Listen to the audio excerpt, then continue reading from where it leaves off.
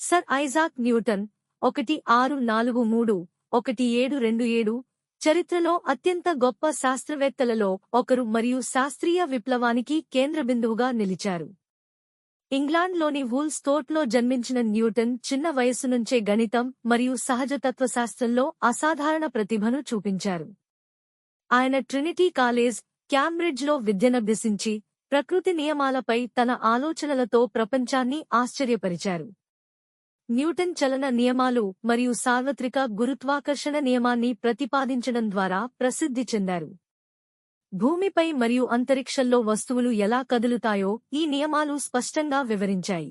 ఇవే సాంప్రదాయ భౌతిక శాస్త్రానికి పునాదిగా నిలిచి 3 శతాబ్దాలకు పైగా శాస్త్రాన్ని ప్రభావితం చేశాయి. ఆయన రచించిన ఫిలాసఫియే నేచురాలిస్ ప్రిన్సిపియా మ్యాథమెటికా 1687 ప్రపంచంలోనే అత్యంత ముఖ్యమైన శాస్త్రీయ గ్రంథాలలో ఒకటిగా గుర్తించబడింది. గణితశాస్త్రంలో న్యూటన్ స్వతంత్రంగా కల్క్యులస్ను అభివృద్ధి చేసి మార్పు మరియు చలనాన్ని విశ్లేషించడానికి శక్తివంతమైన సాధనాలను అందించారు.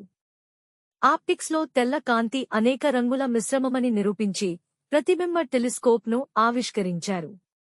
అతను రాయల్ సొసైటీ అధ్యక్షుడిగా, తరువాత రాయల్ మింట్ మాస్టర్గా సేవలందించి ఇంగ్లాండ్ నాణేల వ్యవస్థను మెరుగుపరిచారు. 1705లో ఆయనకు నైట్ బిరుదు లభించి సర్ ఐజాక్ న్యూటన్ గా ప్రసిద్ధి చెందారు. ఆయన మేధస్సు, క్రమశిక్షణ మరియు జిజ్ఞాస ఆధునిక శాస్త్రానికి పునాది వేసి ప్రపంచవ్యాప్తంగా అనేక తరాల శాస్త్రవేత్తలకు ప్రేరణగా నిలిచాయి.